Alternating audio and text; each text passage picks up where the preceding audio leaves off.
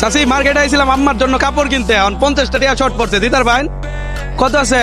না 50 টাকা লাগবে না, আমার তো 400 আছে, 450 টাকার কমে কিনতে পারতেছি না। আপনি কি করেন এমনিতে? আচ্ছা দেন 50 টাকা দিন। ঈদের কেনাকাটা দাবি রাখবেন কি? আচ্ছা ঠিক আছে তাহলে যান, হ্যাঁ আমার জন্য দেয় কিনি।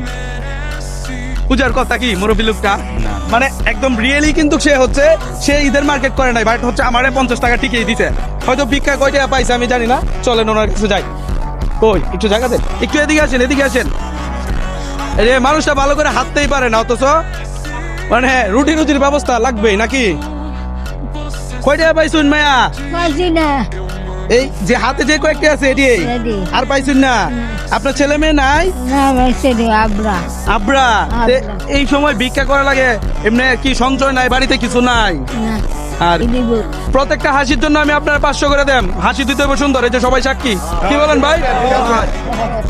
হাসি দিতে হবে সুন্দর, এই যে নেতা কায়া হাসি দেন সুন্দর করে, এই যে 500 নোট হাসি দেন।